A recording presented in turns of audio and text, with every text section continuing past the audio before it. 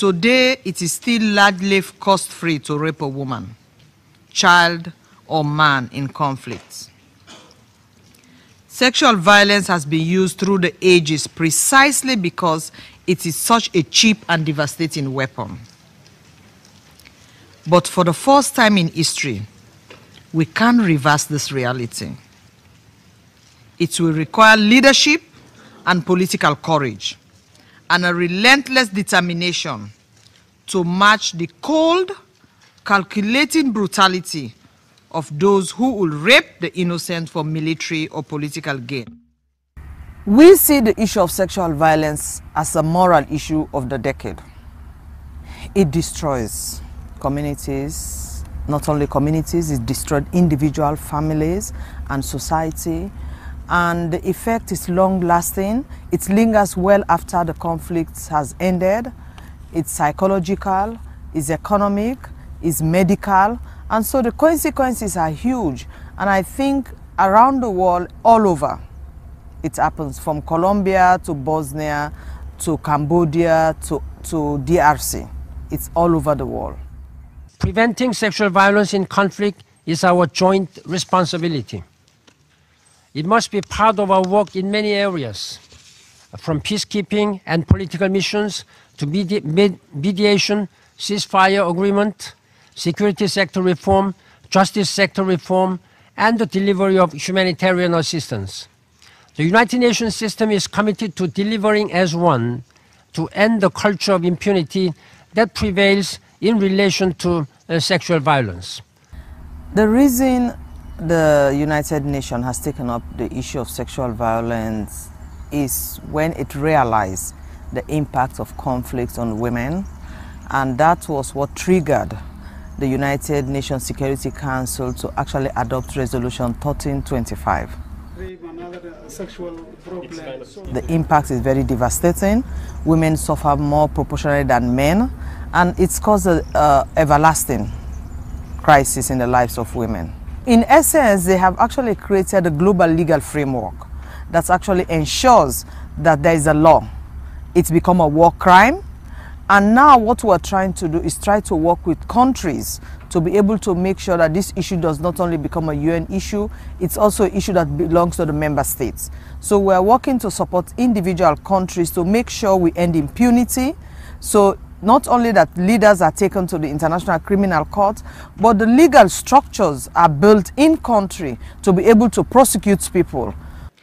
Rape and sexual violence are prevalent, employed as weapons of war to intimidate the parties to the conflict by destroying identity, dignity, and the social fabrics of families and communities.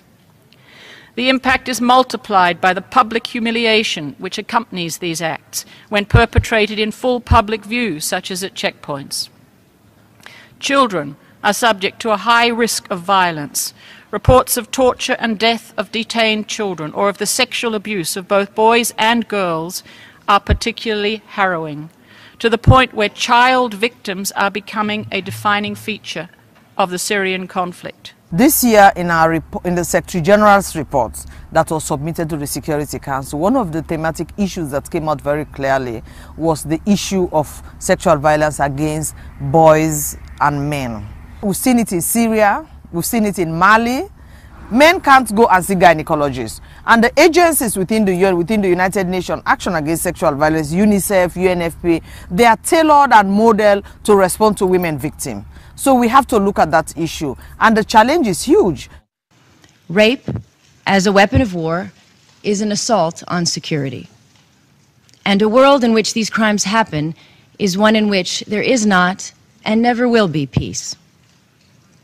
Addressing war zone sexual violence is therefore your responsibility, as well as the duty of governments in countries afflicted by it. In fact,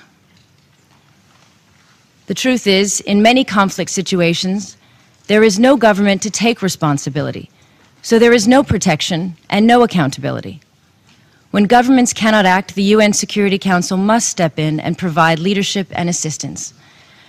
For these crimes happen not because they are inherent to war, but because the global climate allows it. So we're hoping that students can come on board and join us in this campaign to let the world first and foremost understand what this phenomenon is about, to let the world take action, so to be able to bring out those women, victims, boys, girls, men, out of their shadow. There's so much stigma on sexual violence. Communities are destroyed, families are ostracized, children are abandoned, women are disrespected, dehumanized, degraded.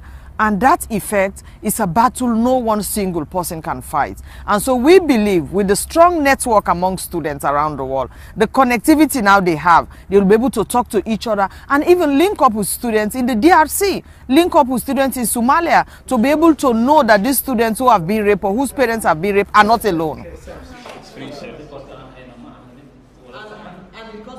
My visit is to gain first-hand knowledge, to listen, to hear the content of what is happening in relation to sexual violence, to be able to know what and where are the gaps, and what can we do to be able to work with the governments and the national stakeholders on the ground to address this problem of sexual violence. Because I mean, the militias are controlling the ideas. A woman had been raped in Croatia. She had a son before the rape happened, and she had a son as a result of the rape. And the society started talking about it. And then the eldest son heard about it. He went and met his mother. He said, "Tell me, is it true that my son was born out of rape?" And the mother said no. And the son said, he's 15 years old. He said, "I'm happy it's not true because I would have killed him." Put yourself in that position of that boy. He's so ashamed that his mother was raped.